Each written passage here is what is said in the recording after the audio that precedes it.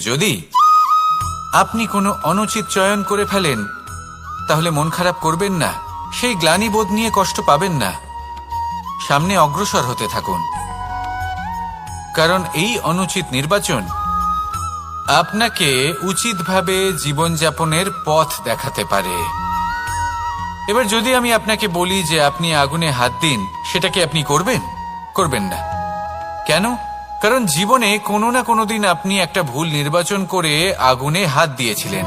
তারপরে আপনি শিক্ষা পেয়েছিলেন যে আমি জীবনে আর কোনোদিন আগুনে আর কিছুতেই হাত দেব না।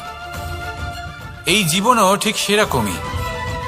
জীবনের সেই সব অধ্যায়, সেই সব সময় যা ব্যর্থ হয়েছে, সেটা নিয়ে ভেবে সময় নষ্ট করবেন না।